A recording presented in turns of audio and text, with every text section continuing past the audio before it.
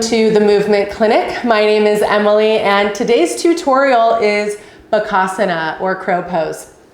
This is a wonderful entry point to arm balancing, although certainly not the only one. But I love starting here because it really helps to sort of fine-tune some of the aspects of arm balancing, where we start to build up a lot of strength and flexibility and mobility in the wrists, strength in the shoulders, upper body, and really start to gain an awareness of ourselves and how to hold ourselves as we float through space while we balance on our hands.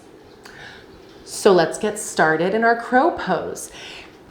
Again, you want to be warm before attempting this, so maybe pause, check out the wrist mobility and stability video in the tutorials, or in the mobility, section of the Movement Clinic. And maybe even warm up the core a little bit, but just don't come into this straight out of the gate. Not recommended at all. But regardless, the entry point for this, most traditionally, is through Malasana. So first things first, hand placement is really a big deal here. So plant your palms, point your fingers pointing forward. Root down through the L space of the thumb and forefinger. So we have that rooting down into the inner edges of the palms. And we keep that and squeeze forearms towards one another. Come up onto the balls of the feet. Lift your hips up. Now, lift your belly away from your thighs. So there's that lifting up and in of the belly.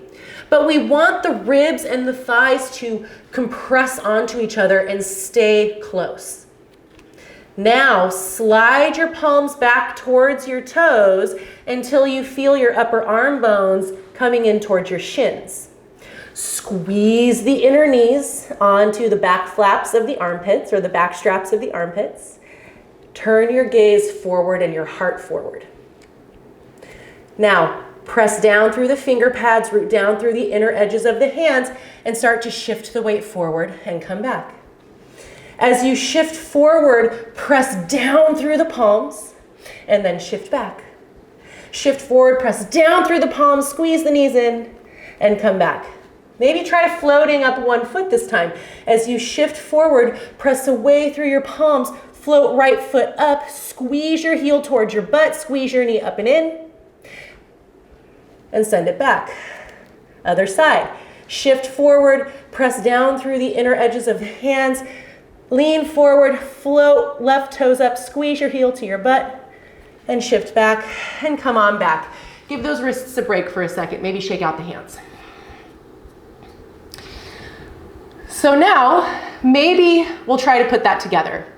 If you're really just starting, sort of that transferring the weight forward and back, getting used to this idea of shifting the weight forward, pressing down through the hands to lift the body up, might be where you start today, maybe trying to float one foot up at a time and actively squeeze the heel to your butt. Don't let your feet just hang loose. Squeeze up. And if nothing else, imagine that the knees could hug up in and that you lift the front of the body into the back of the body to take the weight off of your wrists. Let's try to give it a go. So again, starting carefully, plant your palms until this becomes muscle memory and second nature. Take care, take time, plant your palms, pointer fingers pointing forward. Look at your hands as they press down into the base of the pointer finger and press into the finger pads. Imagine the finger pads are your brakes and the heels of the hands are the gas. So if you start to kind of sink back, you press into the heels of the hands to send your weight forward. If the weight goes too far forward, you press into the finger pads to brake and send the weight back. So root down through the L space of the thumb and forefinger, press into the finger pads, come up onto the balls of the feet, lift your hips high enough so that you can lift belly away from thighs, get your ribs and your thighs to connect with one another. Slide palms back. Turn your gaze forward as you squeeze your inner knees onto the backs of those armpits. Start to shift the weight forward.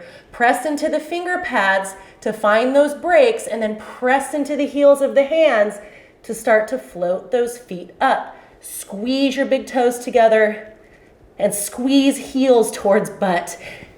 Now hug the knees in and lift the front of the body into the back of the body. Slowly release, come on down. So that's crow pose. A lot of different things going on, so start small. Start with where the weight is in your hands and pay attention there. Start, and then the transference of weight front and back. Play with braking with your finger pads and turning on the gas with the heels of the hands. Play with it, stay curious.